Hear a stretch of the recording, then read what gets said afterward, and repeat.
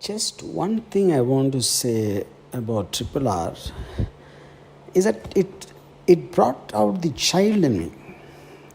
See, child in me, I don't mean by that as in children's film, because a children child is different in the context of what I'm talking about. See, a child, I think, will feel a thrill which is kind of not, not inhibited somewhere. When you're intelligent, when you think you're sensible, when you want rationality, you almost feel adult. You will lose something in your life, you lose something to enjoy purely for what it's intended to be, what it is. So, I'm actually, honestly, Rajamouli, I'm running out of my words. This is the first time probably this is doing to me, something like this happened. I can talk about anything and I can talk with so much of clarity and all that. First time actually I'm running out of words. So I find it far superior to even Bahubali and Bahubali 2, because see, Bahubali 2 for me still is like, in the range of the Helen of Troy in very early times and Gladiator and a version of that. Fine, fair enough, superb. But Triple R, I think, is something which is, there is no benchmark. When I saw the trailer, honestly, I felt it just is looking, it is going on the border of being a little fake, and maybe the tiger shot and all that, though visually it is stunning. I just felt the advantage of Bahubali, where there's a period film and you can take a lot of things, but this set in somewhere in the 20s or 30s, in more contemporary times. I just had this gut feeling something can go wrong, but how wrong am I, in the whole context? I really didn't matter to me whether this is set in in certain freedom struggle of whatever those characters are. And just in one line, I want to say, so okay, now the context, I felt there's a fairy tale element involved. There is something like the little girl being kidnapped, which is not the thing for me. But the sweep of the narrative, see, the visual, of course, is mind-blowingly fantastic, nothing unlike anything I've seen before. But even the narrative sweep, I think, is unique in the context.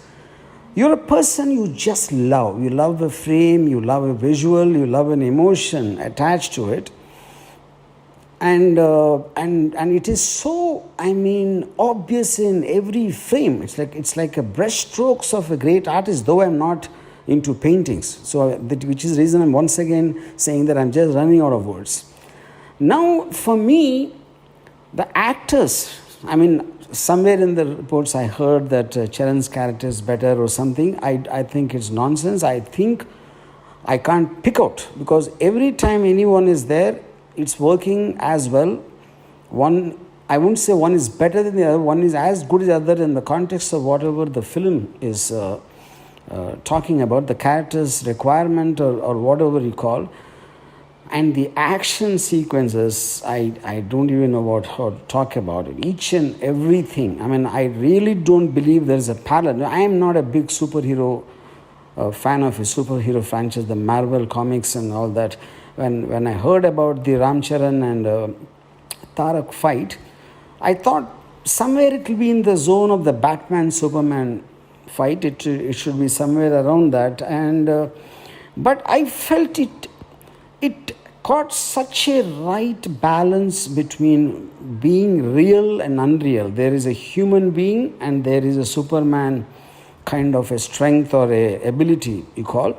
So the emotions on Tarak's and Ram Charan's face is so human, and what they do is superhuman, and that mix is something I don't believe I've ever seen so far.